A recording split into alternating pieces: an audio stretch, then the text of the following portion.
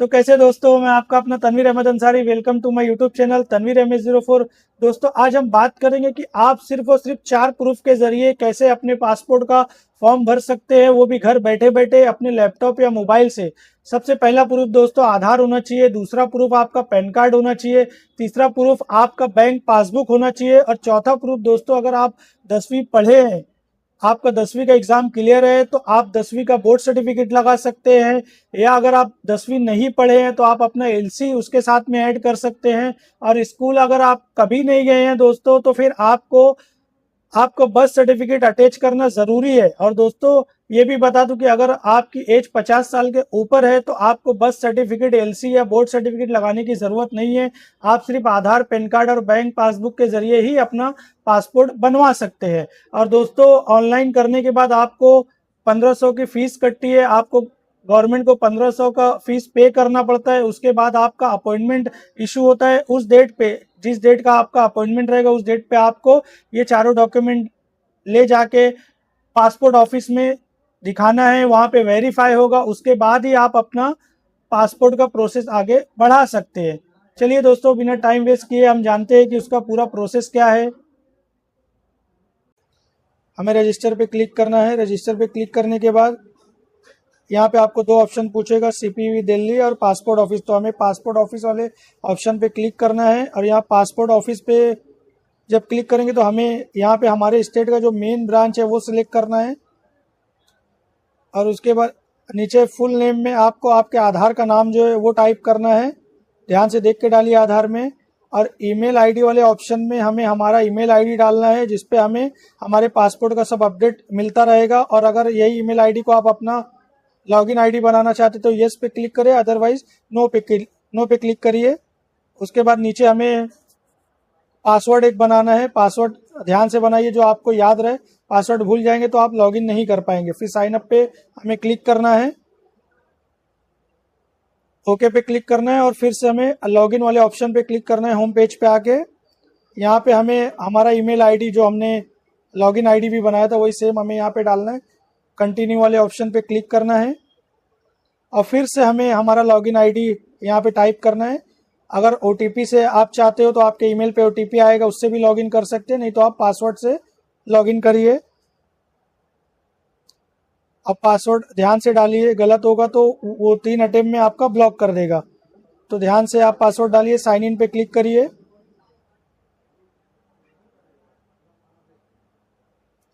देखिए हमारा page successful login हो गया। हमें सेकंड नंबर वाले ऑप्शन पे जो लेफ्ट साइड में दिख रहा है सर्विस वाला, उस पर क्लिक करना है। फर्स्ट वाला ऑप्शन जो है फ्रेश पासपोर्ट, इस पर क्लिक करना है और यहाँ पे स्किप फॉर नाउ करना है, यहाँ पे नेक्स्ट करना है।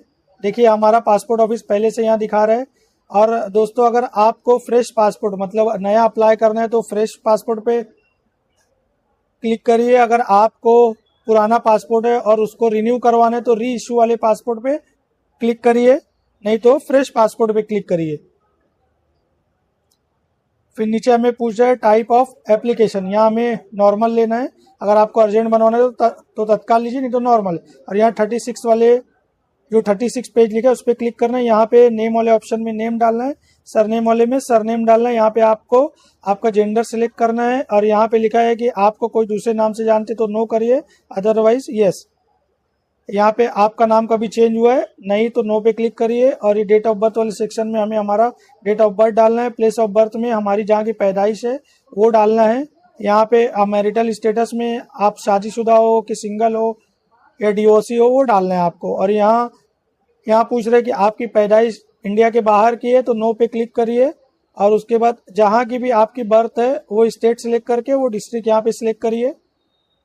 नीचे आने के बाद आपको यहाँ पे बर्थ वाला ऑप्शन सिलेक्ट करना है दोस्तों। अगर आपके इंडिया में पैदाइश हुई है तो बर्थ वाला सेक्शन आपको लेना है। उसके बाद नीचे एम्प्लॉयमेंट टाइप में आपका अगर इन सब में से कोई है तो ये सिलेक्ट करिए, अदरवाइज अदर पे क्लिक करिए।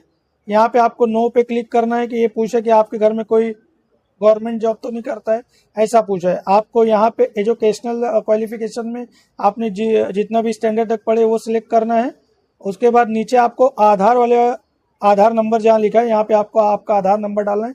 ध्यान से देख के डालिए और आई एग्री पे क्लिक करके सेव एंड नेक्स्ट पे क्लिक करिए।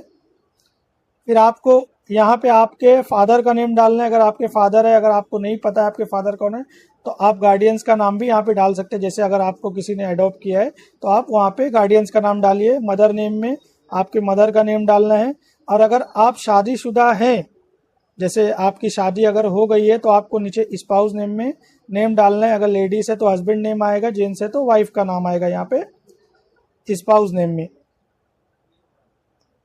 यहाँ पे आपको सेव एंड नेक्स्ट पे क्लिक करना है। उसके बाद यहाँ पे आपको आपका एड्रेस टाइप करना है। ध्यान से आधार में देख के ही डालिए, लेकिन ये यहाँ पे आप 48 कैरेक्टर से ज़्यादा नहीं डाल सकते। और यहाँ पे आपको आपका सिटी डालना है, नीचे पिन कोड डालना है। पिन कोड भी ध्यान से देख के डालिए, नहीं तो वो गलत होएगा तो आपका पुलिस वेरिफिकेशन में दिक्कत आएगी। आपको स्टेट सेलेक्ट करके डिस्ट्रिक्ट सेलेक्ट करना है। फिर यहाँ पे आपको वही पुलिस स्टेशन आपके एरिया का सिलेक्ट करना है जहाँ पे आप चाहते हो कि आपका इंक्वायरी आए। और यहाँ मोबाइल नंबर में आपका मोबाइल नंबर डालना है। और यहाँ ईमेल आईडी में आपको ध्यान से ईमेल आईडी डालना है, क्योंकि आपको पासपोर्ट इंक्वायरी के बाद आपका सारा अपडेट इसी ईमेल पे मिलता रहेगा। फिर नीचे ये परमानेंट एड्रेस अगर अवेलेबल है तो डालिए, अदरवाइज नो करिए। सेव एंड नेक्स्ट पे क्लिक करके ओके वाले बटन पे क्लिक करना है। यहाँ पे आपको दोस्तों कोई भी एक घर के पर्सन का नाम, नंबर और एड्रेस डालना है। मतलब जैसे आपका कांटेक्ट नहीं हुआ तो पुलिस वाले उन्हें कांटेक्ट करेंगे, इसलिए वो रहता है। यहाँ पे आपको सब पे नो पे ही क्लिक करना है। अगर आपने पहले पासपोर्ट का फॉर्म भरा है तो ठीक है, नहीं तो नो पे क्लिक करिए। यहाँ पे भी आपको ध्यान से पढ़ लेना है। अगर किसी चीज़ से आप एग्री करते हैं तो यस पे क्लिक करिए, अदरवाइज सारे ऑप्शन पे नो करिए।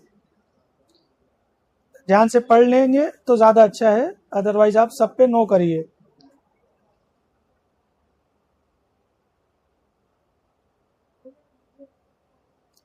फिर यहाँ सेव एंड नेक्स्ट वाले ऑप्शन पे क्लिक करना है।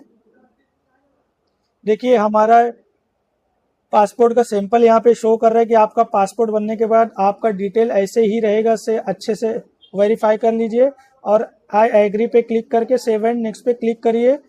यहाँ पे आपका प्लेस ऑफ बर्थ डॉक्यूमेंट पूछ रहे तो आपको जो भी ऑप्शन है वो सिलेक्ट कर सकते हैं।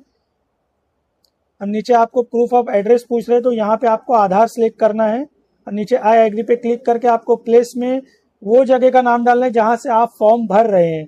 उसके बाद आपको सबमिट पे क्लिक करना है। अगर आप सेव रखना चाहते हैं, बाद में पेमेंट करना चाहते हैं तो सेव करिए, अदरवाइज सबमिट पे क्लिक करके आप पेमेंट करके अपॉइंटमेंट निकाल सकते हैं। फिर यहाँ पे आपको यहाँ पे पे एंड शेड्यूल अपॉइंटमेंट वाला जो ऑप्शन लिखा है इस पे क्लिक करना है।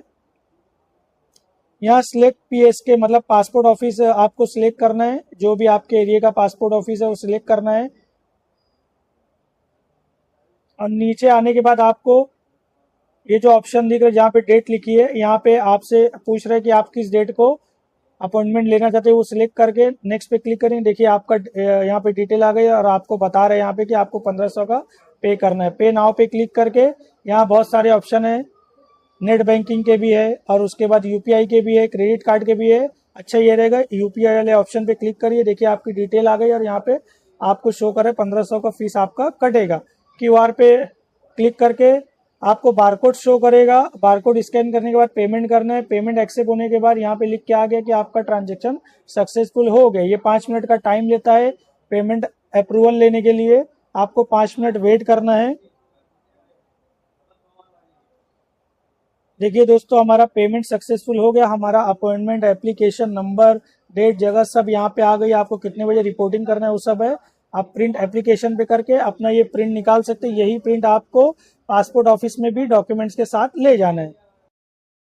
एक चीज और दोस्तों की पासपोर्ट ऑफिस विजिट करने के बाद आपको 24 से 48 घंटा या 72 घंटे बाद आपको पुलिस चौकी में भी विजिट करना रहता है। जो भी आपका फॉर्म फिल करते हुए पुलिस स्टेशन का ऑप्शन में आपने डाला है, वहाँ पुलिस चौकी में आपको विजिट भी करना पड़ता है। वहाँ पे आपका डॉक्यूमेंट वेरीफाई होगा। जो आपने पासपोर्ट ऑफिस में डॉक्यूमेंट दिखाया था वही सेम डॉक्यूमेंट आपको पुलिस चौकी में भी वेरीफाई करवाना है। उसके बाद ही आपका पासपोर्ट का प्रोसेस पूरा होगा।